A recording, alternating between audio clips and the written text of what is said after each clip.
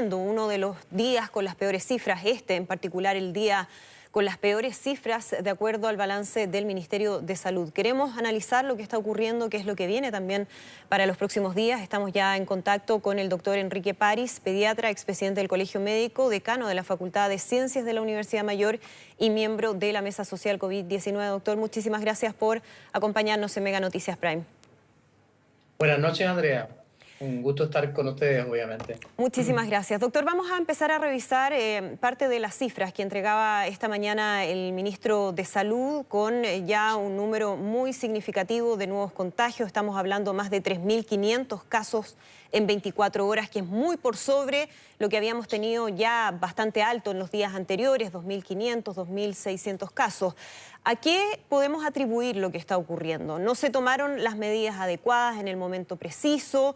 ¿Era algo que no se podía evitar? ¿Cómo lo interpretamos ese número? Bueno, estos 3.520 nuevos casos en 24 horas son la expresión de la diseminación que ha tenido el virus y el cambio que ha tenido de ubicación desde la zona oriente a la zona poniente, a la zona sur, a la zona norte. Ustedes estaban mostrando también el Hospital San José. Sí. Donde las condiciones socioeconómicas son muy diferentes. Habla un poco de la inequidad que todavía existe en el país, en Chile. Habla un poco de las diferencias sociales que existen en nuestra metrópoli, en nuestra gran ciudad. El virus tuvo un caldo de cultivo en esta zona donde hay mucho más gente enferma, gente mayor, que vive en pocos metros cuadrados, que vive en CITES, que vive también en casas que se han dividido y viven familias enteras o varias familias.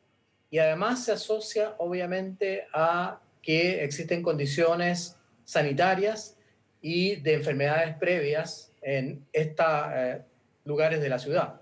Por lo tanto, el virus se ha aprovechado de eso. Si lo sumamos a que la gente desgraciadamente tampoco respeta a veces las medidas sanitarias, la cuarentena, el toque de queda, obviamente que el virus aprovecha esas condiciones para diseminarse. Yo hablé mucho y hablé con usted, Andrea, al comienzo de los determinantes sociales. Por La supuesto. salud depende mucho de la condición de la habitación, de la casa, de la educación, de la nutrición, de si tiene o no tiene trabajo la persona, de la enfermedad previa, del medio ambiente. Por lo tanto, cuando uno ve esta situación, que el virus llega a zonas más desprotegidas, obviamente que se disemina con mucho más facilidad y eso hace que aumenten los pacientes y tengamos más pacientes en cuidado intensivo. Sí, y es lo que Nosotros sabemos refleja, que doctor, esa curva que estamos viendo en estos momentos, ¿no? Una curva que sigue en ascenso. Quería preguntarle si es que tenemos cómo saber en qué parte de esa curva estamos, es decir, si es que ya estamos cerca del pic o todavía podría faltar mucho para llegar a un pic. ¿Hay cómo adelantarse o proyectar eso o no tenemos todavía cómo hacerlo? los estudiosos, matemáticos, especialistas en epidemiología, en salud pública, han hecho curvas, han hecho diferentes tipos de curvas. Nosotros hemos recibido información en la mesa social COVID-19. No es fácil pronosticar. Sin embargo, hay que transmitirle a la población la noticia lamentable de que esto no se va a detener todavía. Con 3 o 4 días de cuarentena esto no se va a detener. Probablemente va a seguir aumentando hasta que la cuarentena logre detener un poco el avance del virus. Esa respuesta no se obtiene antes de una semana o de 14 días. Por lo ¿Por qué? tanto, Porque doctor, en ese sentido, el usted periodo es de de la incubación del idea... virus es de 14 días. Sí, usted es de la idea entonces que esta cuarentena, mega cuarentena que se está viviendo en la región metropolitana, mañana va a haber una decisión al respecto, pero ¿usted cree que lo más adecuado entonces sería prolongarla durante 14 días? Lo más prudente, yo creo, sería prolongarla por 14 días, porque yo estaba explicando que justamente el periodo de incubación del virus es de 14 días. Si Claro. tú logras que la población se mantenga en cuarentena, que no haya contacto social, que la gente no salga a la calle, que mantenga las medidas, podríamos obviamente lograr que se corte la diseminación del virus y tengamos cifras en descenso. Ahora, yo en el comienzo, y lo reconozco y no tengo por qué ocultarlo, y la gente lo sabe, hablé de las cuarentenas progresivas, las apoyé, Pero cuando hemos llegado a esta situación, donde además están las posibilidades de entregar ayuda a la población, entregar canastas de alimentos o entregar ayuda económica, creo que estamos mucho más preparados para una cuarentena total. Yo siempre hablé de que me parecía que la cuarentena total era un riesgo para la gente